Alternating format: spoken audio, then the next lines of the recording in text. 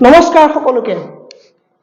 আমি প্ৰায় ৰাতি ফুৰিবলৈ গলে দেখো যে ৰাস্তাৰ কাষত বা হাইৱে কাষে কাষে এনেকুৱা ৰঙা নীলা বগা লাইটবোৰ জ্বলি থাকে হয়নে এই লাইটবোৰ কোনে জ্বলাই ৰাতি আৰু দিনত এই লাইটবোৰ কোনে নময় এই লাইটবোৰলে কাৰেন্ট কোন ফালৰ পৰা আহে ওয়াৰিং বিলাক কোন ফালেদি কৰা আছে এই লাইট বিলাকৰ সুইচ কোড আছে বা এই লাইট বিলাকৰ বিজুলী বিল কোনে দিয়ে এইসমূহ কথা আমি জানিবলৈ মন যায় নে কেতিয়াবা সো জানিবলৈ মন যায় সেই কাৰণে মই ভাবিলো আজি আমি এই ভিডিওটো যোগেদি আমি এই কথাটো জানি লওঁ ঠিক আছে নে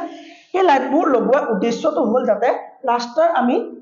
কোন ফালেলৈকে আছে মানে শেষ ক'ত আছে আমি গম পাম ঠিক আছে নে এই ৰাস্তাটো আৰু হিফালে আছে না যাব পাৰি নাই সেইটো আমাক ইন্ডিকেট কৰে এই বিভিন্ন ধৰণৰ ৰঙৰ লাইট বিলাকে ঠিক আছে নে আৰু টাৰ্নিং বিলাকৰ কি থাকে ৰঙা ৰঙৰ লাইট থাকে য'ত টাৰ্নিং থাকিব তাত ইয়াত ৰঙা ৰঙৰ লাইট থাকিব এই লাইট দুই ধৰণৰ পোৱা যায় এই লাইট কি পোৱা যায় এই দুই ধৰণৰ পোৱা যায় ই কি হয় ই এটা কনষ্টেন্ট জ্বলি থাকে আৰু এটাই টিপটিপাই জ্বলি থাকে ঠিক আছে নে এই লাইটটো কেনেকৈ জ্বলে তাৰ বিষয়ে কোৱাৰ আগতে মই কৈ লওঁ এই লাইট বিলাকক ৰিফ্লেক্টৰ বুলি কোৱা হয় ৰিফ্লেক্টৰ বুলি কোৱা হয় বা ইয়াক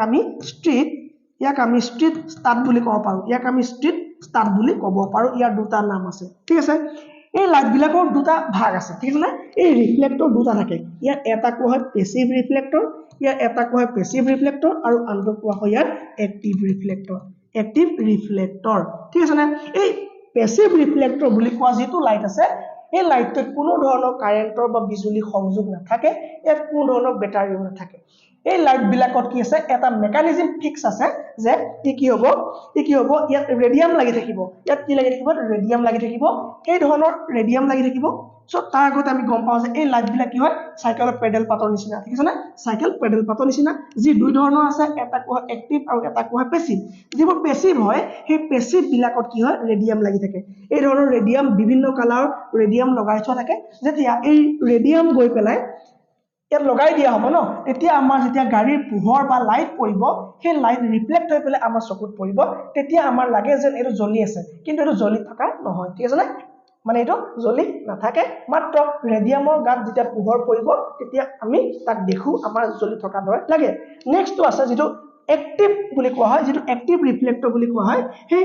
এক্টিভ ৰিফ্লেক্টৰটো আকৌ তাৰ মেকানিজমটো অলপ বেলেগ ধৰণৰ এক্টিভ ৰিফ্লেক্টৰটোত বেটাৰি থাকিব ইয়াত কি থাকিব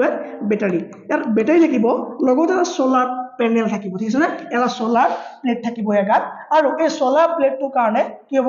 দিনৰ ভাগতে চাৰ্জ হ'ব ঠিক আছে না এই দিনৰ ভাগত চাৰ্জ হ'ব চাৰ্জ হৈ পেলাই ই ষ্টৰ কৰি ৰাখিব কাৰেন্টখিনি বেটাৰি তাৰ মানে এই যেটো এটা বহুত হেভি হয় বহুত হেভি মেটালৰ দ্বাৰা এটা বনোৱা হয় যাতে বহুত গধুৰ গাড়ী গলেও ই ভাগি নাযায় ই বৰষুণ পৰিলে যাতে বেয়া নহয় তেনেকে ওৱান টাইম ম্যানুফ্যাকচাৰ কৰা হয় ইয়াক কোনো ধৰণৰ ৰিপেয়াৰিং নহব ঠিক আছে না সো এই লাইটটো কি হ'ব ই যেটো এক্টিভ বুলি কোৱা হয় সেই এক্টিভ এটা সোলাৰ প্লেট থাকিব সো এই সোলাৰ প্লেটটো যেতিয়া কাৰেন্ট মানে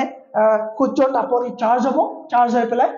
সূৰ্য পোহৰ চাৰ্জ হৈ পেলাই কাৰেন্টখিনি বেটাৰি ষ্টৰ কৰিব ঠিক আছে না যেতিয়া ৰাতি হ'ব এই ৰাতি হোৱাৰ লগে লগে সেন্সৰ লগাই থোৱা থাকে ইয়াত কি থাকে সেন্সৰ থাকে আৰু এই সেন্সৰটোৱে এই লাইটটো ক'ব যে এতিয়া ৰাতি হৈছে তাৰ মানে যদি মই এই লাইটটোৰ ওপৰত হাতখন দিও ঢাকি দিও যদি মই সোলাৰ প্লেটখন ঢাকি দিও আৰু সোলাৰ প্লেটটো গম পাই যে আন্ধাৰ হৈছে বা ৰাতি হৈছে এতিয়া ই নিজে নিজে জ্বলা আৰম্ভ কৰি দিয়ে আৰু দিন হোৱাৰ লগে লগে ই নিজে নিজে নুমাই যাব ঠিক আছে ইয়াত কোনো ধৰণৰ বিশেষ মেকানিজম নাই ইয়াৰ ভিতৰে আন্ডাৰগ্ৰাউণ্ড ওয়াৰিংও নাই কাৰেন্টও নাই বিজুলীৰ কোনো ব্যৱস্থাও নাই ইয়াক বহুত মজবুতভাৱে বনোৱা হয় যাতে ই দিনৰ ভাগত চাৰ্জ হ'ব আৰু ই ৰাতি নিজে নিজে জ্বলিব সেন্সৰ ইয়াক জ্বলাব ঠিক আছে ই দিনত কেতিয়াও নজ্বলে ই পোহৰ পোৱাৰ লগে লগে নুমাই যাব আৰু আন্ধাৰ হোৱাৰ লগে লগে ই জ্বলি যাব ঠিক আছে না যদি ভিডিওটো চাই ভাল লাগিলে